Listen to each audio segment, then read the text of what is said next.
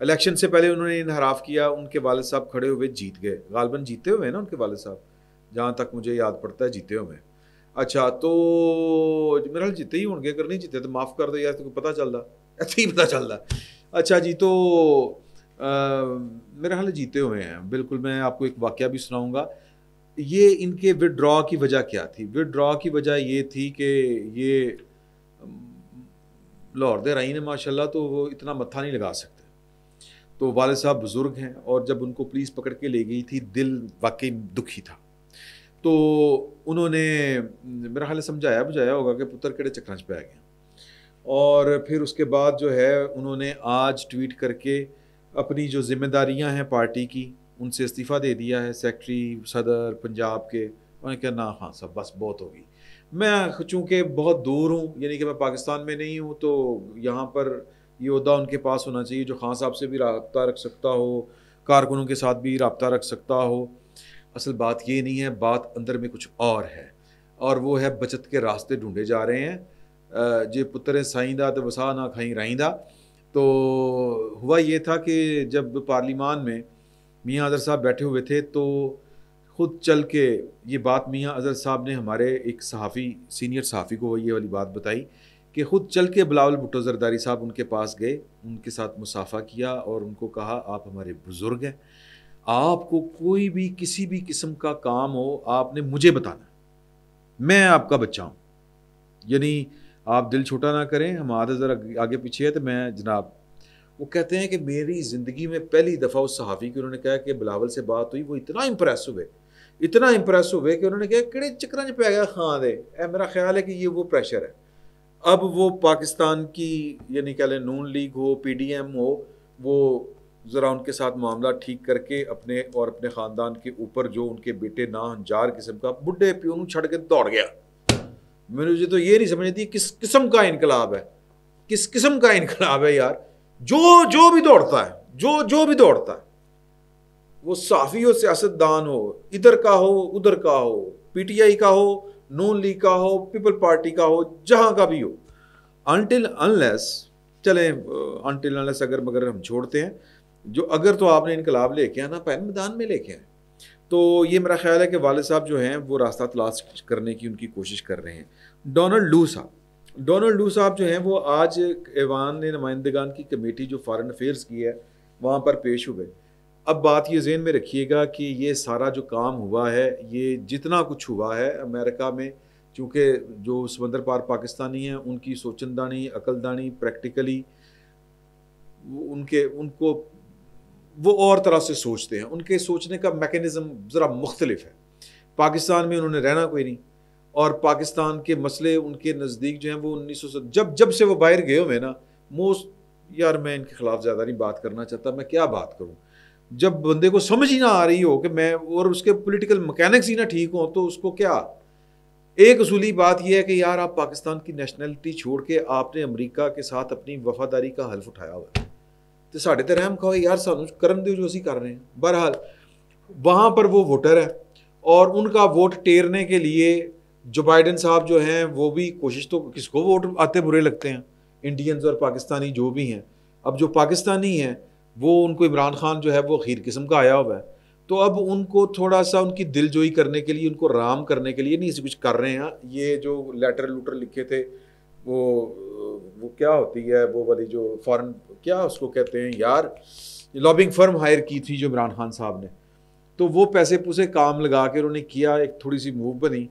اب ان کے پاس یہی راستہ تھا کہ ان کے ووٹروں کو سمجھائیں کہ جناب ہم کر رہے ہیں, خان کو واپس لے کے آئیں گے, ٹینشن نہیں جانی تھی, بلاؤ ڈونلڈ لو. وہ بلا لیا, وہ آ گیا, آ کے انہیں ٹکٹ آ دیتی. سر دنیا میں کوئی الیکشن بتائیں, میں یہ نہیں کہہ رہا کہ پاکستان کے الیکشن جو ہے نا وہ جناب آر پار نظر آ رہا تھا, الیکشن ہو رہے تھے تو اتنے صاف ستھرے تھے, سب کچھ ہوا ہے. اور میں یہ فقیر پہلے دن سے کہتا ہے, اور یہ پی ٹی آئی والوں کو بھی کہتا تھا جن کے نزدیک عمران خان بس آ رہا ہے ٹریکٹر تے بہ کے, اور آئے بلکہ ٹینک تے بہ کے آ رہا ہے, اور آئے گا انہیں ڈس کر دینی آندے سار. تو یہ فقیر ان دوستوں کو دو بدو سامنے بیٹھ کے کہتا تھا نہیں وہ عمران خان پاپولر بہت ہے. یار میں نے کہا وہ جتنا مرضی پاپولر ہو جائے تو حکومت نہیں آ سکتی, پائن نہیں آ سکتی. پاکستان کے جو پاور ڈائنامکس ہیں ان کو انڈرسٹینڈ کریں, یہ نہیں ہو سکتا. یا تو پاکستان میں آپ انقلاب لے آ چکے ہوں، انقلاب آ گیا، وہ تو آپ کا انقلاب جو ہے وہ ونگا ونگا ہو گیا نا، باروں بار نکل گیا 9 مئی کو، فارغ ہو گیا. تو اب آپ اب تو وہ کسی نے کیا کہا تھا وہ کہ جی کہ آپ جنگل میں جا رہے ہوں اگو شیر آ رہے ہوئے تھے تسی کی کرو گے؟ تو کیا جواب بنتا؟ انہوں نے کہا جی جو کرنا شیر نے کرنا ہے ہوں سی کرنا، تو ان تو شیر کرے گا جو کچھ کرے گا. یہ میں ان سے بات کہتا تھا. تو ان کو سمجھ نہیں آئی، ان کو سمجھ نہیں آ رہی. تو بہرحال اب صورتحال یہ ہے کہ ڈونلڈ ڈوج صاحب نے ان کا بیک ہے نا وہ ای کی تئی پھیر دیا ہے جی. انہوں نے کہا کہ جی سائفر کا سوال ہوا ان سے پریکٹیکلی، سائفر سے پہلے انہوں نے وہ ساری باتیں کی، ہاں جی یہ بھی ہوا تھا، نیٹ بھی بہ گیا تھا، ہم دیکھ رہے ہیں یہ ہو رہا ہے وہ ہو رہا ہے. وہاں پر جتنے بھی اعتراضات ہیں وہ کہتے ہیں کہ میں 31 سال پہلے بھی پشاور میں تھا، انج دے الیکشن ہوندے نے ہوتے، انج دے ہوندے نے. یہ کوئی مطلب کوئی میں اس کو جسٹیفائڈ نہیں کر رہا، لیکن یہ ہمارا مسئلہ ہے، انج دے ہوندے نے الیکشن، اور یہ ٹھیک بات ہے، انج دے ہوندے نے. کہتے ہیں تب نواز شریف اور بے نظیر کے درمیان پیچا پڑتا تھا، انج دے ہوندے نے الیکشن. الیکشن کمیشن وہاں پہ ہے، وہ دیکھ رہا ہے شکایتیں، ہم وہ جو کام کر رہا ہے اس کو دیکھ رہے ہیں. ہم نے پہلے دن ہی کہہ دیا تھا کہ نہیں یار دیکھو کہ ٹھیک ٹھیک الیکشن کراؤ، وہ ہو گئے نا الیکشن. اب اس میں سے جو نکلنا تھا وہ نکل چکا ہے. ڈونلڈ لو صاحب نے جب ان سے سائفر والا معاملہ نے کہا جھوٹا آدمی جھوٹ بولیا خان صاحب نے، اور جو اسد مجید ہے اس نے بھی کہا کہ جھوٹ بولا خان صاحب نے، اس نے بھی ڈینائی کیا. سانو کی وہ پورے تناظر میں جو بھی بات تھی انہوں نے بتائی.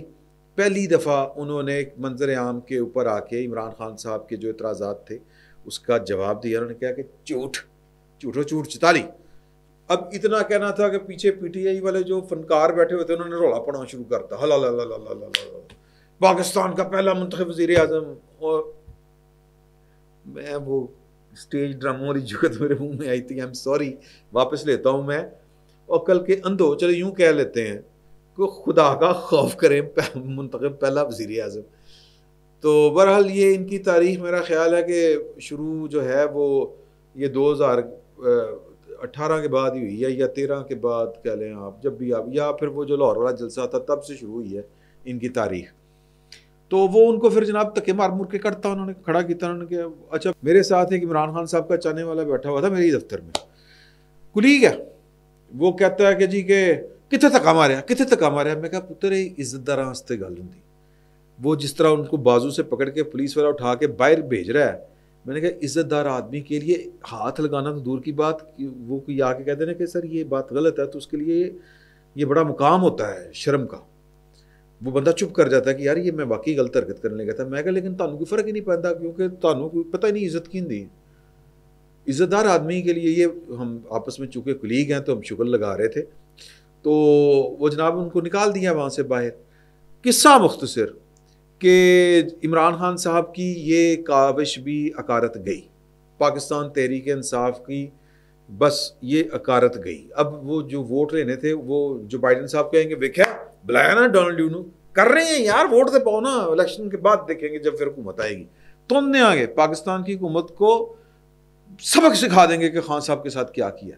اس طرح سے ڈائلاگ چلن گے ہوتے الیکشن کمپین میں، ووٹ لیں گے اللہ اللہ خیر صلی اللہ. خان صاحب اسی تنخواہ کے اوپر اسی جناب وہ کیا کہتے ہیں چوکی دے بہ کے دہیں نہ روٹی کھان جیل کے اندر. تو یہ تو ہو گیا یہ. اب آ جاتے ہیں جو اصل مسئلہ چلا ہوا ہے جس کے اوپر میں نے آپ کو شعر بھی سنایا ہے کہ یہیں سے اٹھے گا شور محشر. سر وہ کیا ہے؟ وہ دو پاکستان کے بڑے اینکروں نے آج یعنی کہ آسمہ شرازی صاحبہ نے اور جو ہے شاہ زیب خان زادہ صاحب نے 10 بجے رات کو، یہ کل رات کو دونوں واقعات ہوئے ہیں، یعنی 8 بجے، اور چونکہ جب آپ کے پاس یہ ولاگ پہنچے گا تو اگلا دن صبح 3:30 ہو چکے ہوں گے، تو اس لیے میں نے آج کا لفظ استعمال کیا. تو بہرحال ٹیکنیکلی کل یہ والے 2 انٹرویوز یا گفتگو جو ہے خواجہ آصف صاحب کے ساتھ ہوئی. تو انہوں نے کہا کہ جی کہ میں نے تو بیسکلی، اب انہوں نے اپنے منہ سے نام نہیں لیا، پاکستان تحریک انصاف نے اپنے ایک ٹویٹ میں کہ ملک کے اگرچہ وہ چوری شدہ مینڈیٹ والے ہیں خواجہ آصف صاحب، لیکن ملک کے تو وزیر دفاع ہیں، ان کو باجوہ صاحب کی طرف سے جو دھمکیاں لگ رہی ہیں، یہ ٹویٹ ہے جی پی ٹی آئی آفیشیل کا، لگا دیجیے گا. تو یہ بڑی غلط بات ہے، انکوائری ہونی چاہیے، یہ ہونا چاہیے، وہ ہونا چاہیے. تو خواجہ صاحب نے نہ نہیں کی، بلکہ جب اپنے جو ہے نا پائن شاہزب خان زادہ صاحب، انہوں نے نام لیا نا کہ باجوہ صاحب آپ کو تڑیاں لگا رہے ہیں تو ملک کے وزیر دفاع کو لگا رہے ہیں، تو اس کے اوپر انہوں نے تردید نہیں کی بلکہ کہا کہ یہ دوسری مرتبہ انہوں نے لگائی ہے، پہلے بھی ایک دفعہ لگائی تھی، میں پریس کانفرنس کروں گا، تو میں نے ان کو کہا تھا کر لو پریس کانفرنس۔ معاملہ یہ ہے کہ افغانستان یہ جو دہشت گردی کی لہر چھڑی ہے، اس میں سر یہ کریڈٹ دیں اس فقیر کو، پہلے دن سے ہم کہہ رہے ہیں کہ یہ گٹھ جوڑ ہے، اور یہ جو لا کے بسایا گیا ہے یہ پاکستان کے ساتھ دشمنی کی گئی ہے۔ پاکستان کی فوج کیا اپنے ان ارستوں اور سکراتوں اور بکراتوں سے پوچھے گی، جنرل باجوہ اور جنرل فیض سے، کہ اے کی یہ کیا کیا ہے؟ میں تمیز کے ساتھ بات کر رہا ہوں۔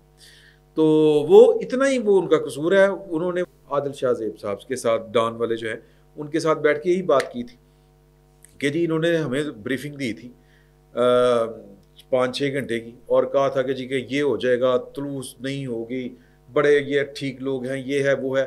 ان کو ٹیکنیکلی اسپیکنگ کہ ان کو اس وقت کھڑے ہو جانا چاہیے تھا کہ یہ آپ غلط کر رہے ہیں۔ اچھا اندر کھڑے نہیں ہو سکتے تھے، باہر آ کے وہ کسی تے کانچی کہہ دیتے اے ہونے لگا جی پاکستان نال، تب تو خواجہ صاحب معذرت کے ساتھ نہ آپ بولے نہ آپ کی پارٹی بولی، تب جو آپ تھے تب آپ سمجھ رہے تھے کہ یار کہ یہ وقت نہیں ہے یا ان کے ساتھ۔ بہرحال میں اب کیا کہوں، یہاں پر ہر جو گورنمنٹ ہوتی ہے یا اسٹیبلشمنٹ کے ساتھ ہر کوئی بندہ فٹ ہونا چاہتا ہے، تو اب وہ خیر وہ کہتے ہیں کہ جی کہ انہوں نے کہی تھی، ہم تو کہہ رہے ہیں کہ اب دوبارہ ان سے پوچھا جائے کہ یار پیار سے ہی پوچھ لیں کہ یہ آپ کی پالیسی تھی، کیا بنا؟ خون خرابہ تو اسی طرح جاری ہے، یعنی کہ یہ غلط فیصلہ ہے آپ کا یا غلط فیصلہ تھا آپ کا۔ تو یہ وہ کہتے ہیں کہ میں تو اتنی اصولی ایک بات کی تھی، مجھے جناب وہ کہہ رہے ہیں کہ ہم یہ کر دیں گے وہ کر دیں گے۔ پھر انہوں نے کہا کہ جی کہ ہمیں ہمارا کیا ہے، ہم تو جیلوں، اور تو وہی پرانی باتیں انہوں نے کی۔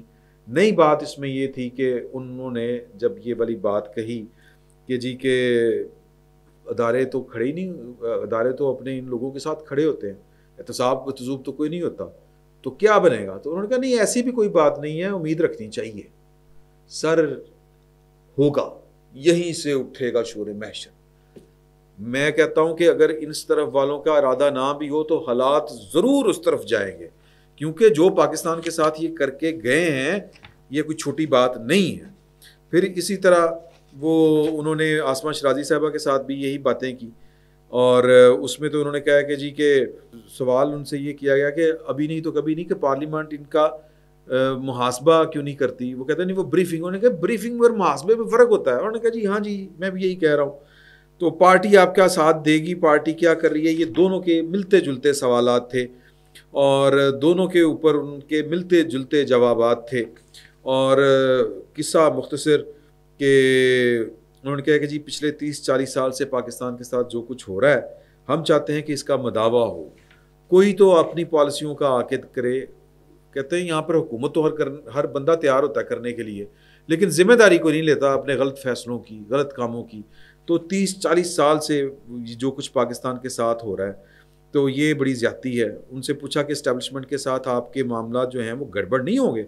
تو انہوں نے کہا کہ جی کہ دیکھیں میرا نہیں خیال کہ ہوں گے، اس طرح کر کے وہ تھوڑا سا کہیں پہ ویک بھی پڑتے تھے۔ انہوں نے پھر یہ بھی کہا کہ یہ میرا ذاتی خیال ہے، پارٹی پتہ نہیں کیا کرتی ہے کیا نہیں کرتی، لیکن یہ چیزیں اتنی سادہ نہیں ہوتی۔ میں نے پہلے بھی گزارش کی تھی، سیاستدان جو ہے وہ حالات کا تجزیہ کرتا ہے اور اس کے مطابق چلتا ہے۔